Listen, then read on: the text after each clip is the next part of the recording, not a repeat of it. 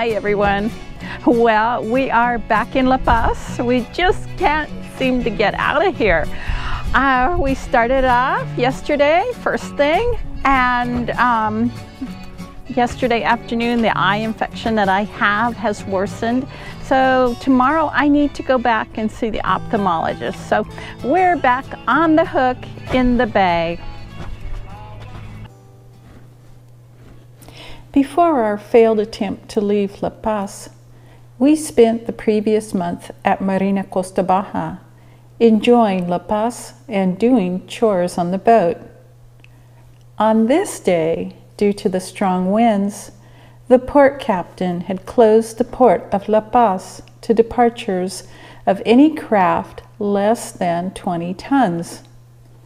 With the cold weather and the northers, it was a pleasant time to be ashore in a marina. During our stay at Costa Baja, Lee took 2 ham exams. Yep, I passed both. So I'm now an extra. See, I forgot what the ID is. Oh, okay. Did you get certificates?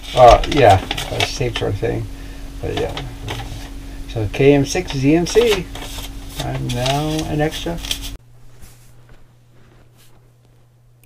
During our travels on the sea, it became obvious we needed some kind of restraint to keep the contents of the cubbies from being flung about during rough weather.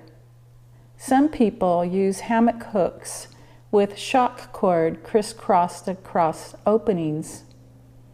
We chose to use shock cord sandwiched at the corners between 2 panels of Pfeiffertex. Initially, I used too thick of shock cord and it wasn't stretchy enough to fasten. In the end, I used 1/8 inch shock cord, which seems to work perfectly. We prefer the look of the Pfeiffertex panels. It makes the cubby look neater, yet is easily removable for access.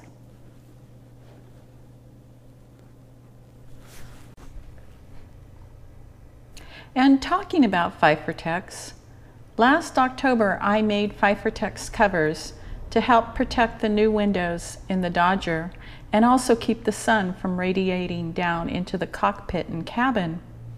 While at Costa Baja, we finally got around to installing snaps and snapping the covers on. If I had to do it again, I would probably use Pfeiffertex Plus, which would block more of the sun.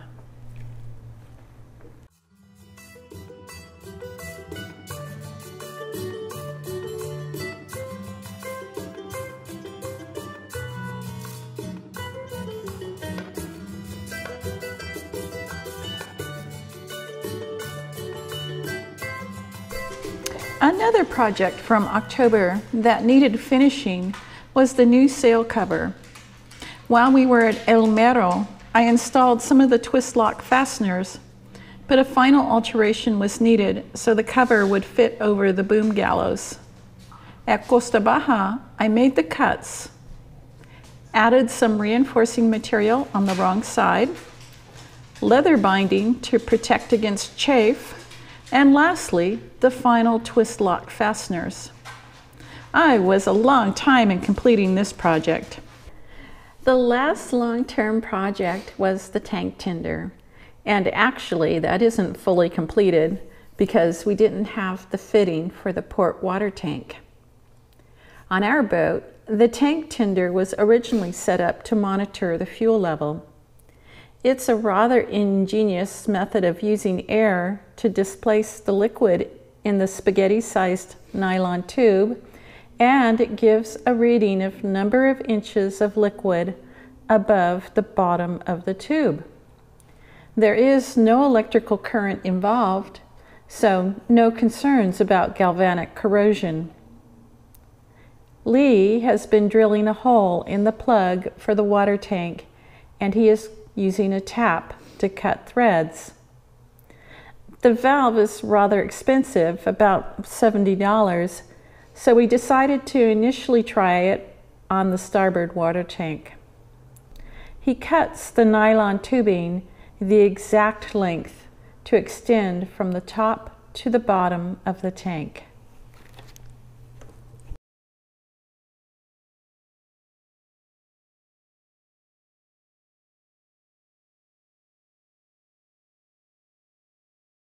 Another end. So the water, or well, actually the air just goes through that little tube. Right. And the amount of pressure it takes to force out the liquid, water and diesel each have a different weight per column inch. Mm-hmm. And that will determine how much pressure this shows. So I've run the tube from the water tank over to this part of the nav cable where we have the meter for the tank tender. I have to put it into the back of the valve.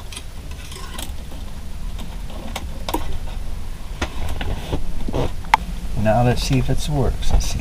The second one should be my water. It says we have 5 inches of water, which is about half a tank, which is about right. And it says we have 9.5 inches of diesel, which is about right. So there's the water.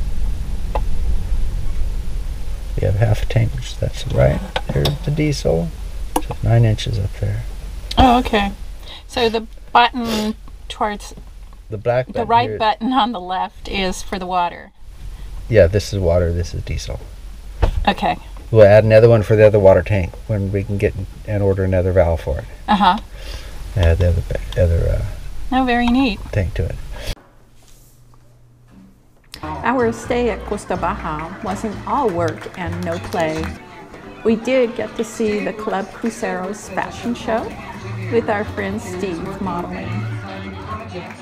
Including the lunar module of the Apollo program and the spaceship. And it was great to see some of the cruiser kids participating too. And I think our biggest fan is her dad taking pictures of her right now.